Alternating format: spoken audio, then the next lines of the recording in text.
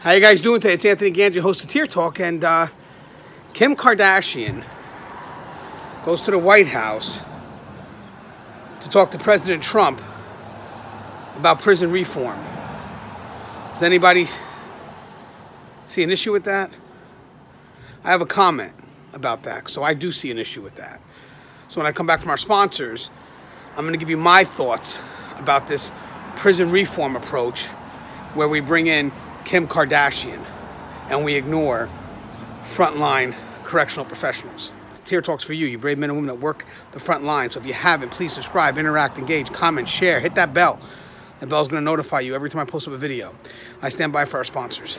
I wanted to attend a university that had an intelligence program. I wanted to look at problems different. I wanted to increase my critical thinking abilities. AMU offered those avenues to expand. Obtaining your degree as an adult, you're actually paying yourself and investing in yourself. You can't put a dollar on it, it's priceless. It's something that can never be taken away from you. American Military University. Learn from the leader.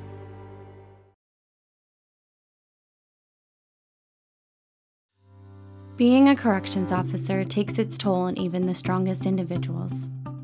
The constant need to perform at the highest level, putting your life at risk in a hostile environment, and the mental scarring of traumatic experiences. 31% of corrections officers show symptoms of PTSD, and 66% of people with PTSD also suffer with a substance abuse problem. The Transformations First Responders program is specially designed to help veterans and officers heal from the grips of addiction and PTSD in a comfortable, supportive, and serene setting. You are not alone. If you have questions about the services we offer, give us a call at 866-762-8454 to get more information on this affordable and life-changing program. Thank you guys for listening to my sponsors. So Kim Kardashian gets invited to the White House to talk about prison reform. Kim Kardashian, celebrity with no expertise in criminal justice. She doesn't come from the front line. She doesn't even come from academia in regards to criminal justice. Our interest is because of a female by the name of Alice Johnson. Alice Johnson, in Kim Kardashian's perspective, is a low-level drug offender who's been in jail a little bit too long. Now, I'm not going to talk a lot about Alice Johnson, but you guys got to look her up. She's more than just a low-level drug offender. And now Kim Kardashian is coming to the White House, or at this time has already been to the White House, to talk about prison reform in an effort to ultimately look for that pardon from Donald Trump. So Donald Trump can pardon Alice Johnson. I'll do whatever it takes to get her out. I mean, that's ultimately what the gain is. So Trump's put in a bit of a bind now, because if he signs that pardon and gives Kim Kardashian what she wants, everything he ran on that election about, what he said he was going to fight for, goes away with that signature. Remember, this was a guy that was going to push mandatory minimums and making sure we were zero tolerance for low-level drug offenders. Then, when you look at Trump, you think, hey, well, this guy's really pro-law enforcement. He could be, but we don't see it happening in corrections, especially now. Prison reform's on the table now, and he's not talking to anybody that works in the prison system from the front line, those that know what's needed. I mean, we're bleeding from the inside out.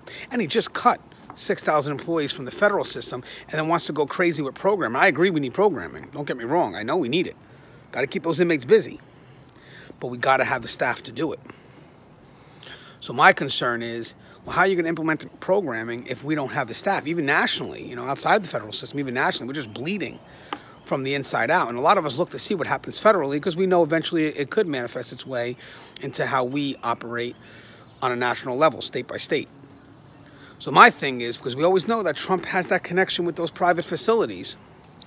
And the reason why he was pushing for those mandatory sentences, in my opinion, and, being harsh on the low-level drug offenders, was because we need to fill up those privatized beds in those privatized correctional facilities. Because there's money involved there.